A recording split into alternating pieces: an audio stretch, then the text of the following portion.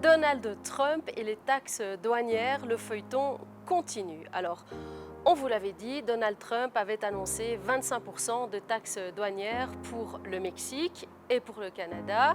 Mais après une petite causette probablement très cordiale avec Claudia Sheinbaum, la présidente du Mexique, il les avait retirées, mais juste pour un mois. Et là, rebondissement, Donald Trump change d'avis encore et il décide finalement d'imposer 25% de taxes sur l'acier et sur l'aluminium cette fois, mais dans le monde entier. Alors petit rappel, pourquoi il avait taxé le Mexique à la base? Eh bien officiellement parce qu'on envoie du fentanyl aux USA et que la frontière est trop poreuse. Mais en réalité, ces taxes sont juste un levier pour forcer le Mexique à régler des problèmes qui n'ont finalement pas grand-chose à voir avec le commerce.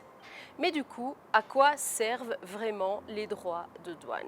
Alors en théorie, à protéger l'économie locale. Donc les droits de douane visent à protéger l'économie et la compétitivité d'un pays en rendant les produits importés plus chers, favorisant ainsi bien sûr les produits nationaux. Donc très concrètement, si un produit mexicain est moins cher que son équivalent américain, tout simplement il risque de tuer la production locale américaine. Donc avec une belle petite taxe de 25%, les produits US restent compétitifs sur leur propre marché. Ça s'appelle du protectionnisme. Alors qui gagne à faire ça? Tout d'abord les entreprises locales américaines bien sûr, mais aussi le gouvernement US qui récupère un petit peu d'argent, voire beaucoup d'argent. Et puis qui y perd? Les entreprises exportatrices, coucou le Mexique, les consommateurs américains qui vont payer aussi plus cher un produit de moins bonne qualité parfois, car il peut aussi arriver que l'on cherche à importer, non pas tout simplement parce que le produit est moins cher, mais aussi ou surtout parce qu'il est de meilleure qualité. Et l'aluminium et l'acier. Alors, les USA importent 80% de leur aluminium et ils en ont juste besoin de ces matériaux, bien sûr, pour la construction des voitures, dans l'aéronautique, etc. Donc en gros, les industries US vont juste payer 25% de plus pour se fournir. Donc déjà, il faut savoir qu'en 2017, Trump rêvait d'une autosuffisance en acier et en aluminium.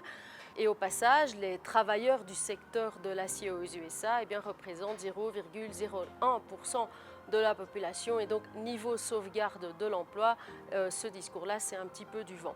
Donc c'est ce qu'on appelle se tirer une balle dans le pied, en tout cas c'est l'analyse qu'on en fait ici au Mexique. Donc l'impact bien sûr pour le Mexique sera grand aussi, donc moins d'exportation, donc des pertes d'emplois et ce n'est pas la première fois, je vous le disais que Trump joue à ça, il avait déjà fait lors de son premier mandat. Mais pourquoi c'est un problème au-delà du Mexique? Parce que l'Amérique du Nord fonctionne en réseau.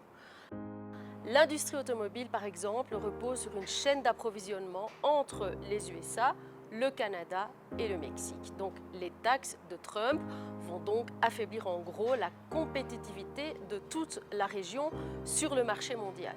Et surtout, ce sont les PME américaines qui vont en baver. Donc parfois pour le simple fait de construire une voiture, entre les pièces, entre l'assemblage de la voiture en construction, tout cela va passer 5 ou 6 fois la frontière qui sera donc à chaque fois taxée. Et Claudia Sheinbaum, dans tout ça, la présidente du Mexique, comment elle réagit? Pour l'instant, elle reste diplomate, histoire bien sûr d'éviter un clash trop direct avec Donald Trump. Mais bon, elle a quand même dû accepter d'envoyer 10 000 gardes à la frontière pour calmer Donald Trump et limiter l'immigration illégale. Et en échange, elle lui a aussi rappelé avec un petit peu de fermeté que 75% des armes qui alimentent les cartels de drogue au Mexique viennent des USA. Les flux économiques entre nos deux pays sont très liés, Trump le sait, il n'est pas novice en la matière bien sûr. Sheinbaum avait prévu 3 plans pour répondre aux taxes, mais pour l'instant on n'en connaît pas vraiment la teneur puisqu'elle a préféré négocier et puis que les négociations ont fonctionné.